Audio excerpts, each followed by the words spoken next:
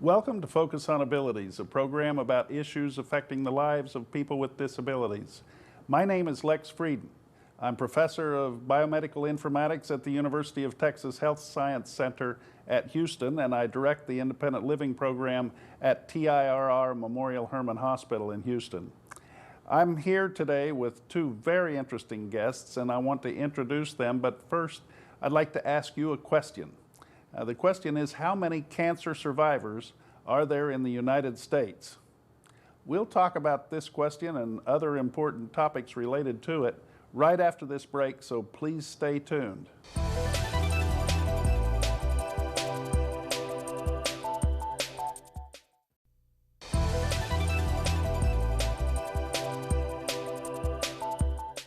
This is Focus on Abilities, and I'm your host, Lex Frieden.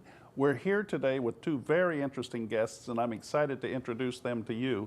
We'll be talking about a subject that's important to everybody who's watching this program. It's a pleasure for me to introduce Dr. Amy Deutsch and Dr. Tommy Thompson. They're both working in the area of cancer survivorship. And Amy, specifically, what is your job? My job is called Advanced Practice Nurse, and I work for Memorial Hermann System Cancer Services. In that role specifically, I am an oncology clinical nurse specialist, and that role entails 5 functions: clinical excellence, or expert practice as we call it, clinical consultation, education, leadership, and research, and that is all evolving around cancer. Now, Amy, are you a medical doctor? No, sir, I am not. I am a doctor of nursing practice. Okay. We'll talk more about your role and the role of the people you work with at Memorial Hermann. But first I want to introduce Tommy. Tommy, you are a doctor, right? No, I am actually a doctor of ministry. Okay. So I'm the executive vice president of CanCare, which is a nonprofit cancer support organization, and our mission is simply to improve the quality of life for cancer patients and their families. And we do that by matching trained volunteers one-on-one, and these volunteers are themselves survivors or caregivers of survivors, and we match them with newly diagnosed patients for one-on-one support. We match them by the same type of cancer and treatment so that the newly diagnosed patient can talk to someone who's already been down the road they're about to go on.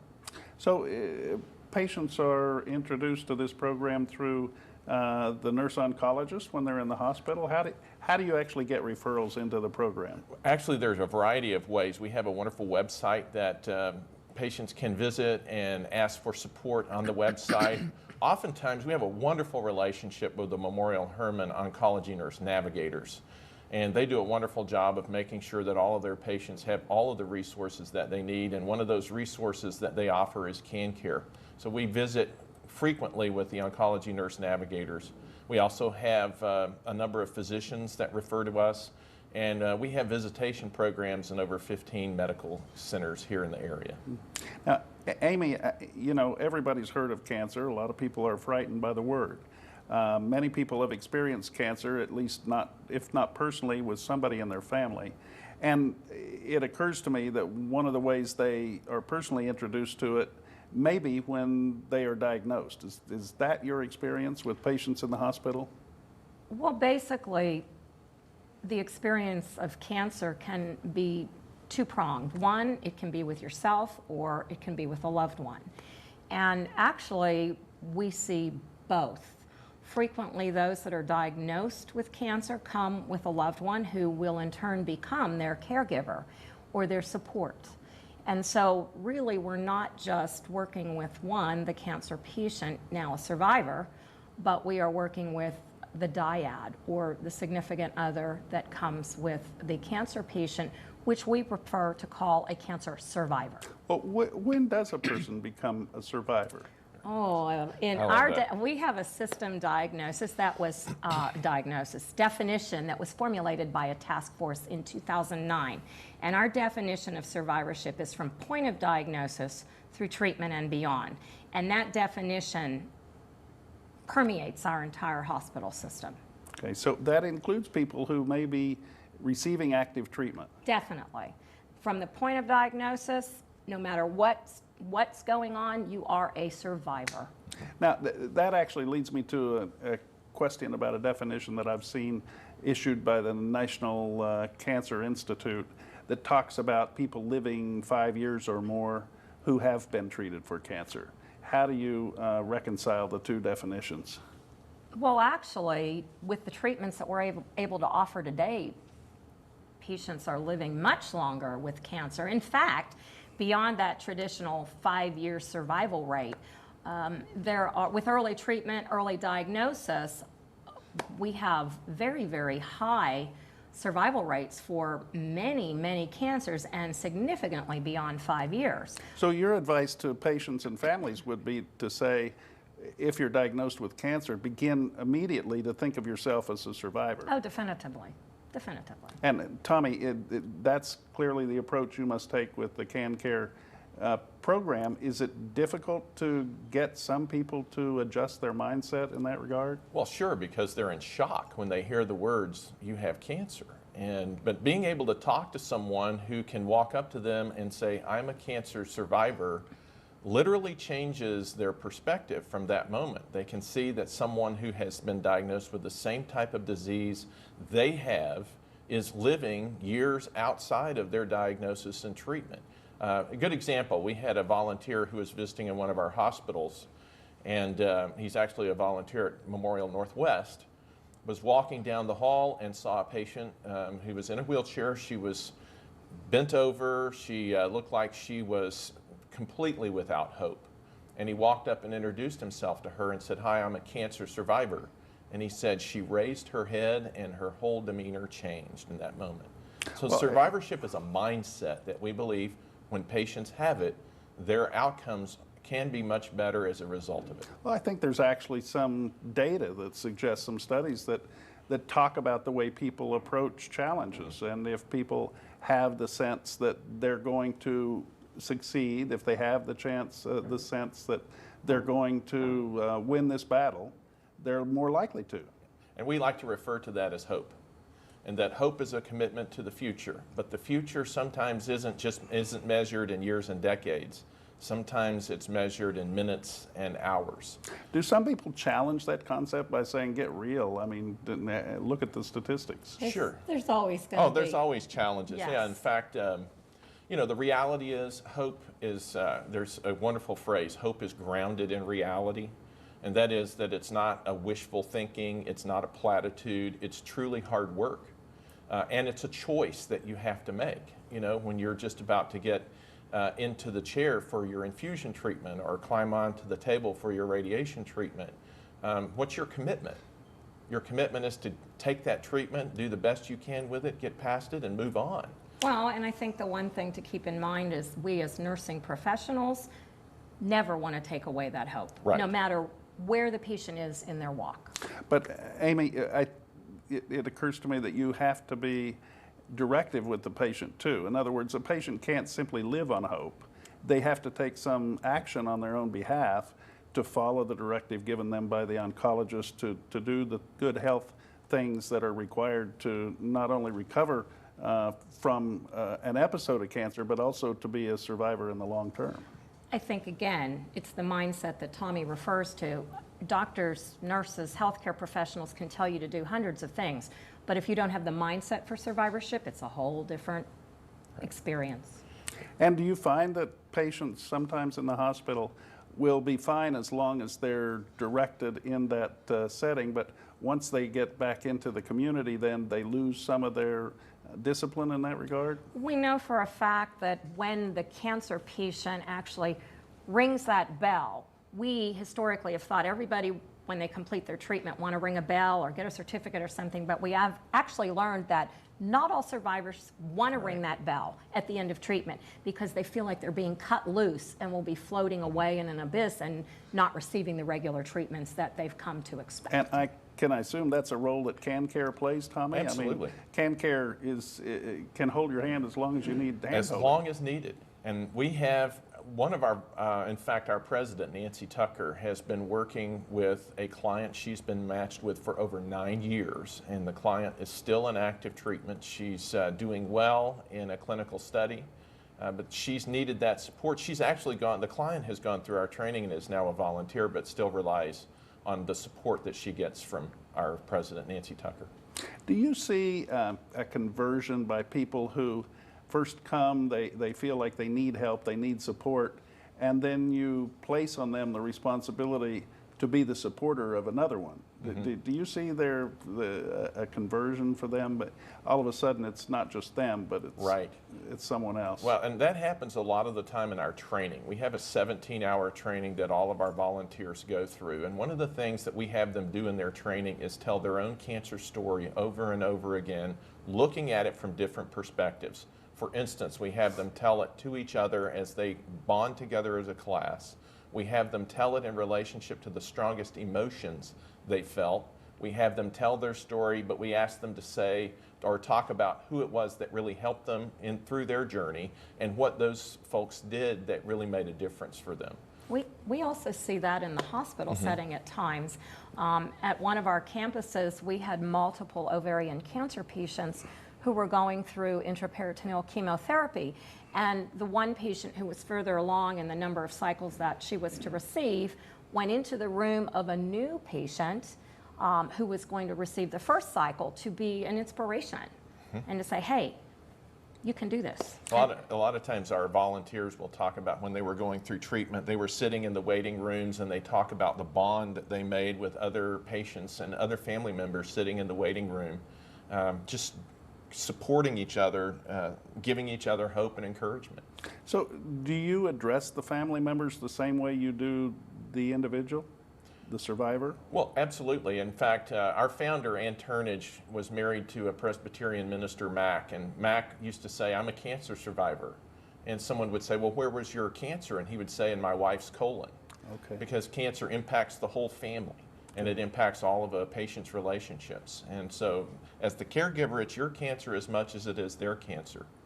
Well, I'd like to talk more about that. I'd like to talk some about the training program that you do, how people get involved and so on. And we'll do that. First, we're going to take a break from Focus on Abilities. You all please stay tuned. We'll be right back.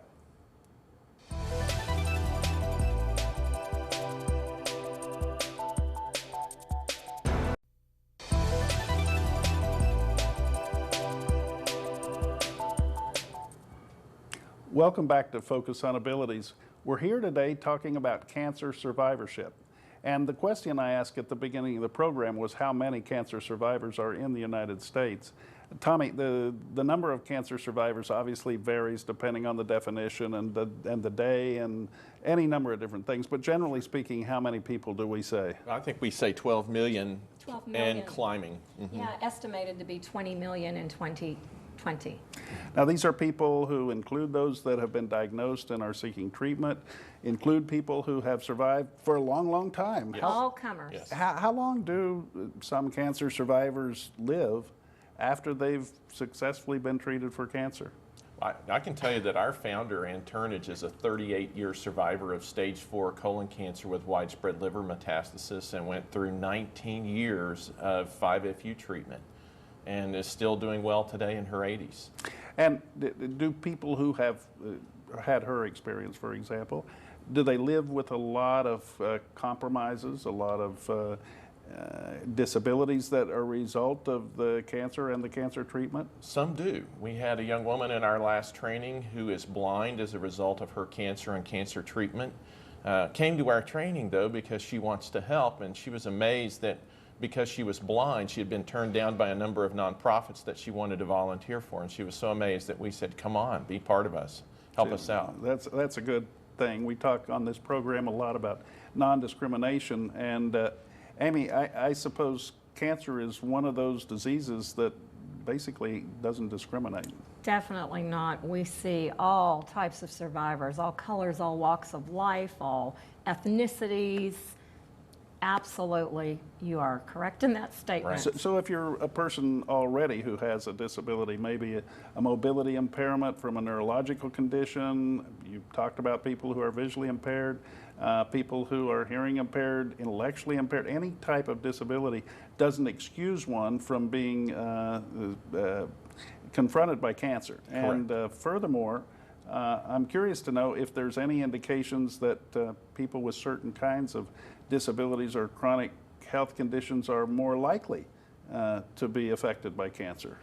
I think maybe the bigger issue is the fact that many times people who have functional impairment may not be getting all of the screening and prevention that is needed. I know that for instance, with the cancer patient in general or survivor, many times the physicians focus on the cancer and the patients are committed to fighting the cancer and they leave other health issues by the wayside. Well, by the same token, if an individual is focusing on their functional impairment and being able to navigate life in general, maybe they're not getting off to the screenings or prevention lectures. Maybe they're just not even cognizant because all of their energies are focused on just navigating life in general. So, Amy, obviously people need to go to the doctor. People with disabilities go to the doctor for checkups. They go to the doctor for prescription refills. They go to the doctor to see them about complications they may have and so on. Would you say to them that if their physician is not counseling them about preventative measures in cancer, they need to bring that up as a subject in their meetings with their physician? Most definitely, because the screening guidelines apply to all people. The Cancer Society has wonderful guidelines that are out there as to when you should have a colonoscopy, when you should have mammograms, and every other aspect. They apply to all people. And primary care physicians are trained about those screening criteria when they're in school, so they generally know about it. They've been trained, some of them even by CanCare, and what they need to do, the health professionals, is to treat their people like everybody else. So if they have a patient who has a chronic health condition, they may be preoccupied with that aspect of the patient's health, but they shouldn't ignore the possibility that person may also be introduced to cancer. Very true. Correct. Very, very true. You know, it's unfortunate, but it does happen in that by focusing on treating the issue at hand, sometimes those other issues get left and not dealt with. Well, ultimately, it's up to the individual. So if I'm a person with a disability who goes to my physician, and my physician in the course of that discussion doesn't bring up the schedule that I should have for a prostate exam or a colonoscopy, or if I'm a woman, a mammography, other kinds of cancer prevention activities I should be engaged in, I should bring that up. I mean, I should ask my doctor, do I need to have a colonoscopy? Very, very much so. And I should say that we actually offer classes different months of the year pertaining to different cancers. For instance, we're in the month of March, which is colorectal cancer, or actually we're in the month of February, but March is coming, which is colorectal cancer month. October is known as Breast Cancer Awareness Month. And there are classes that are everywhere that deal with these variety of topics. May, skin cancer screenings. So whatever month you may see this program, there's probably some focus on a different type of cancer. Tommy, where can people learn about more about cancer? Where can they get this information without necessarily having to experience cancer? Well, sure. Of course, the American Cancer Society would be the first place to turn. Also, the National Cancer Institute has a wonderful website. We have a resource page on our website that will direct people to resources about cancer. And of course, we have Memorial Hermann, a link to Memorial Hermann on our website. And we link as well. Correct. And anytime there are cancer screenings in all of the Memorial Hermann hospitals, and take advantage of those. You know, be your own advocate at that point. What if you're an indigent person? What if you're a person who's on Medicaid, for example, and what if you have a disability? It's difficult to get transportation, to have a screening. They may feel like it's expensive. Amy, are there issues here that we need to be concerned about? Of course, I believe that there's a disparity that exists for the disabled and having access to these services. But there are some navigators. For instance, the American Cancer Society has patient navigators that assist in possibly arranging transportation if these are actual survivors who are enlisting treatment needs with them. Also, there are oncology nurse navigators at our 7 campuses that have accredited cancer programs that can help assist. Also, the Red Cross, I understand, provides some travel arrangements. And there are grants that have been applied for, monies that have been received, and the Cancer Society is actually working very closely with Yellow Cab in the provision of transportation to treatments. So if you have barriers to transportation, barriers to finance, any other barriers you may experience, don't let them stop you from Right. getting appropriate treatment and screening. There are resources out there available. We have a huge resource list we give to all of our volunteers. They have access to those telephone numbers. The navigation number for the American Cancer Society is a 1-800 number. You can call that, no charge. And it's a wonderful service that they provide, and they can put you in touch with the resources that are available in the community. Tommy, tell us briefly the course of the training program that you all offer and how people can get engaged in it. Sure. Our volunteers are all either cancer survivors or they are caregivers of survivors. And that's important simply because we're working with newly diagnosed patients, and the last thing a newly diagnosed patient wants to hear is so-and-so had that cancer and they died. We're working with the people who are on the front line of this journey and just beginning this journey. And we put all of our volunteers through a 17-hour program that includes teaching them advanced listening skills. It includes having a physician come in and talk about what is cancer and how is it treated. We have a doctor, patient, caregiver panel where each talks about what they wish the other knew, so that when our volunteers are finished with their training, they have a handle on their own emotions and their own cancer experience. They're able to listen and provide meaningful and relevant support to their clients.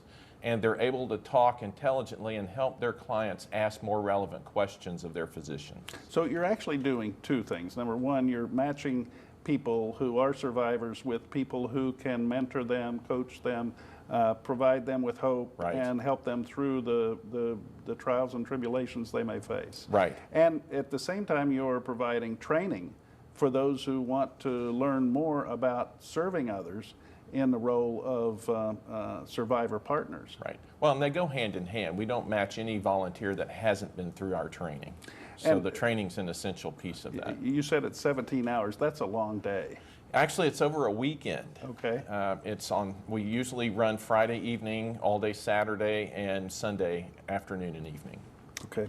How do people get, what number do they call? What's the website Sure. they go to? CanCare.org, and you can fill out an application if you're interested in being a volunteer. If you're interested in being matched with a volunteer, you can also fill out a request for service.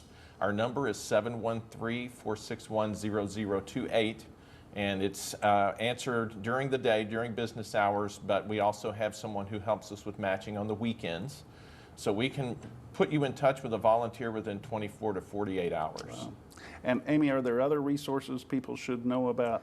Yes, in fact, we actually collaborate with CanCare and offer free survivorship classes, typically from 9 to 3 on a Saturday, about 3 times a year. We deal with the physical well-being, the social well-being, the spiritual well-being, and the psychological well-being issues that face survivors. And it's open to anybody with a diagnosis of cancer and with their Caregivers. And information to learn about that program is available on your website? On our website. And also on CanCare's website. Okay, and your website, Amy, would be the Memorial Hermann .org. .org. Okay. Click on the cancer button. We've had the opportunity to discuss a very important issue that affects a lot of people in our Right. community. I think many people will probably be in touch with you to volunteer and to learn more. Are there other things that we should just briefly mention before we conclude today's program? But first of all, we have an opportunity to collaborate with Memorial Hermann by having some of our trained volunteers who have also been through the volunteer program at Memorial Hermann who visit patients in those hospitals in their waiting areas. So that's another way of accessing the services of CanCare is through those volunteers. So if you see one, if one greets you, visits your hospital room, don't hesitate to ask to be matched. Okay, thank you. Dr. Amy Deutsch, thanks very much for being on Focus on Abilities today. Thanks for having me. Dr. Tommy Thompson, it's been a pleasure meeting you. Likewise. Thank you for being here today. I want to thank everyone for watching this important program about cancer survivorship. People with disabilities are not excluded from the need to know about cancer and the need to be prepared to cope with cancer when the chance occurs, and it's a chance for all of us. Please remember, survivorship is important. It's the key. Thank you all for watching today. Focus on Abilities is produced by HTV, and I want to thank them too for helping with this program. We'll see you next time. I'm Lex Frieden, your host. Please have a great day.